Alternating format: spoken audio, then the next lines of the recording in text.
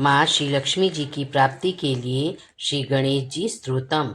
श्री ओम नमो विघ्नराजाय सर्वसौख्यप्रदायिने दुष्टदरिष्टविनाशाय पराय परमात्मने लंबोदरं महावीर्ये नागयज्ञोपशोभितम् अर्धचन्द्रधरं देवं विघ्नव्यूहविनाशनम्। ओं ह्रां ह्रीं ह्रं ह्रैं ह्रूं ह्रः हेरम्बाय नमो नमः। श्री हेरम्बाय नमो नमः। सर्वसिद्धिप्रदो असि त्वं सिद्धिबुद्धिर्प्रदो भवः। चिन्तितार्थप्रदस्त्वं हि सततं मोदकप्रियः। सिन्दूरारूढवस्त्रैश्व पूजितो वरदायकः।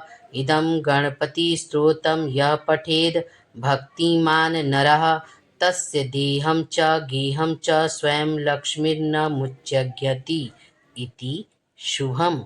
माता लक्ष्मी श्री विष्णु भगवान जी के साथ आपके घर में, आपके जीवन में श्री गणेश जी के साथ सपरिवार शुभता लेकर अवश्य ही पधारेंगी। आप सभी का कल्याण हो। सर्वे भवन्तु सुखिनः, सर्वे सन्तु निरामयः, सर्वे भद्राणि पश्यन्ति मा कश्चित् तदातन इति शुभम।